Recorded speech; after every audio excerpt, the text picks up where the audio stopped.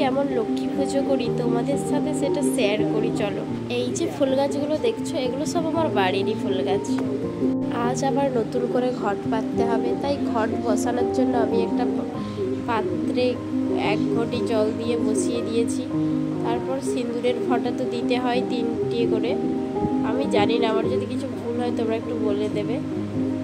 আতপ চাল, তারপর আমি হলুদও দিয়েছি 1 টাকা, আম শাখা দিয়েছি। আমাদের আগের বারে আমি কলা দিয়েছিলাম, তাই এবারে ডাব দিয়ে ঘটটা পাচ্ছি। তারপর সিঁদুর লাগিয়ে একটা সুপুরিও দিয়েছি।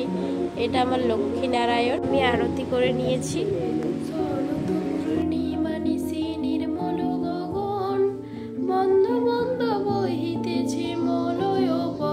আজ এখানেই শেষ করলাম।